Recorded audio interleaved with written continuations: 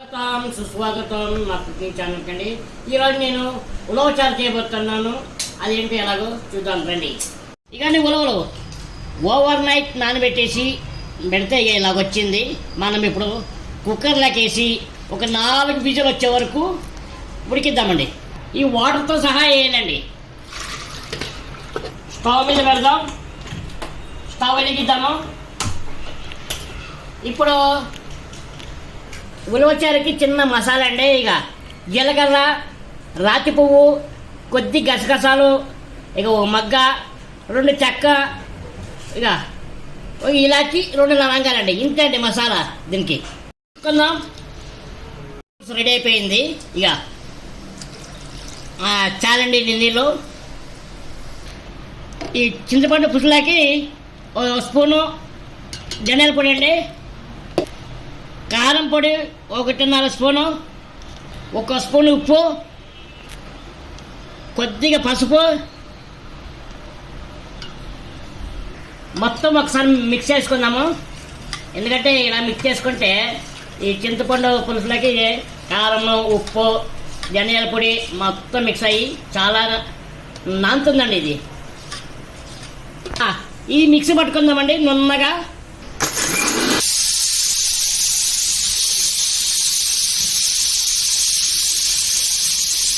ఇదండి పౌడర్ అయిపోయింది. పచ్చిది పౌడర్ వేసుకోవాలండి. ఇది పచ్చిది పౌడర్ చేసుకుంటే చాలా బాగుంటుంది, ఏ పక్కర్లేదు అండి. ఇక ఈ జాలిలోకి తీసేసుకుందాం.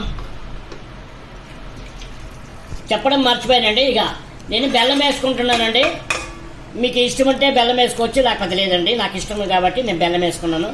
ఈ చింతపండు రసం కూడా ఇందులోకి వేసుకుందామండి. స్టవ్ మీద పెట్టుకుందామండి. స్టవ్ మీద వెలిగిద్దాం. ఇది మరగాలండి, బాగా మరగాల. మరిగే వరకు వెయిట్ చేద్దాం. ఉలవలో పులుసు ఇంకా కొద్దిగా చిక్కదనం రావాలంటే ఇకండి ఇది కొద్దిగా మిక్సీకి వేసుకుందాం. మెత్తగా గంధంలాగా మిక్సీకి వేసుకుందాం.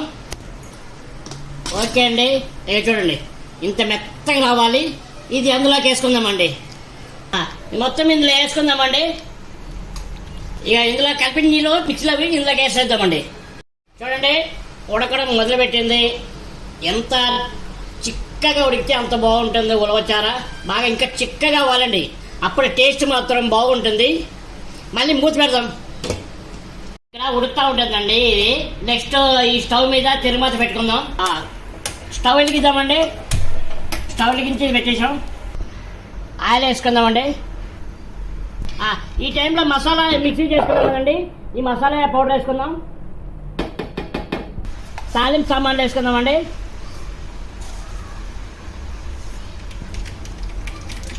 చిటపట్లాడండి. ఎల్లుల్లిపాయలు వేసుకుందాం. కరివేపాకు, ఎండుమిరపకాయలు వేసుకుందాం. స్టవ్ బంద్ చేసుకుందాం. ఇందులోకి వేసుకుందామండి. వేసుకోగానే ఒక్కసారి కలుపుకొని మూత పెట్టుకుందామండి. చూద్దామండి ఉలవచారు దాకా వచ్చిందో. ఓకే అండి, చిక్కబడ్డది. చూడండి ఈ చల్లగా అయితే ఇంకా చిక్కబడుతుంది. ఇక మనం స్టవ్ బంద్ చేసుకుందాం. ఎంతో టేస్ట్ అయిన ఎంతో రుచికరమైన ఉలవచారు రెడీ అయిపోయిందండి. ఈరోజు ఉలవచారు ఈరోజు తినకూడదండి, రేపు తినాలి. ఎందుకంటే మనము చేపల పులుసు ఈరోజు చేసుకొని రేపు తింటాం కదండి. అలాగే ఉలవచారు కూడా రేపు తింటే దాని టేస్ట్ ఆహా అన్నట్టుగా ఉంటుంది. అలాగే నా ఛానల్ని లైక్, షేర్, బెల్ ఐకాన్ కొట్టేసి సబ్స్క్రైబ్ చేసుకోండి. బాయ్.